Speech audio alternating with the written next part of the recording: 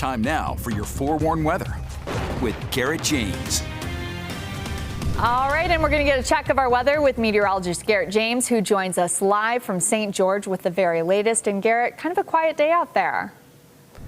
Oh yeah, certainly a quiet day, but we are going to be looking at some changes going forward. We go ahead and take a look at the overall upper level futurecast. It shows that we're experiencing a little high pressure right now. We can see there's just this ever so faint ridge right here, despite there being low pressure off tucked to the south, but we're going to be tracking low pressure moving in from the Pacific Northwest by this weekend, and that is going to be providing some precipitation chances over the weekend, especially in southern Utah. But we are going to be tracking widespread precipitation chances across the state. And then we can even see going into the beginning of next week, another system just over the horizon off to the west coast once again. And we'll be tracking that moving slowly towards us. Let's go ahead and take a look at wind alerts. While it's not quite in effect right now, we are looking at wind advisories going in effect Thursday, 2 o'clock in the afternoon until Friday morning at 11 o'clock. That's when it will expire, but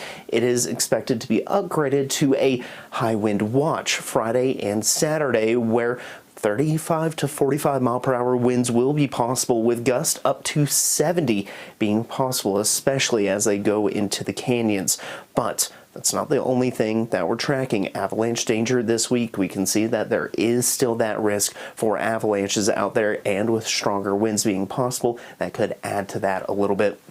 Let's go ahead and take a look at the radar. We're not seeing any precip out there right now, but when will that change? Well, the long-range futurecast shows that we'll be seeing some of this precipitation actually trying to move into the area as early as 1 o'clock in the morning on Friday, but we can see that's really limited to the Logan area at this point in time, but that is expected to change as that system moves into the area, and as it does so, that's when we're really going to start to see this precip ramp up. We can see by 4 o'clock in the afternoon on Saturday, we'll see precipitation stretching all the way from Cedar City all the way up to Logan, Salt Lake City, the Wasatch back, and we'll even be tracking some between Elko and Ely as well. But if we fast forward into Sunday, that continues, and it doesn't look like it lets up until we get to maybe Monday. But as we saw just a minute ago, we've got that other system trying to move into the area, which is going to likely try and continue these precip chances over into Wednesday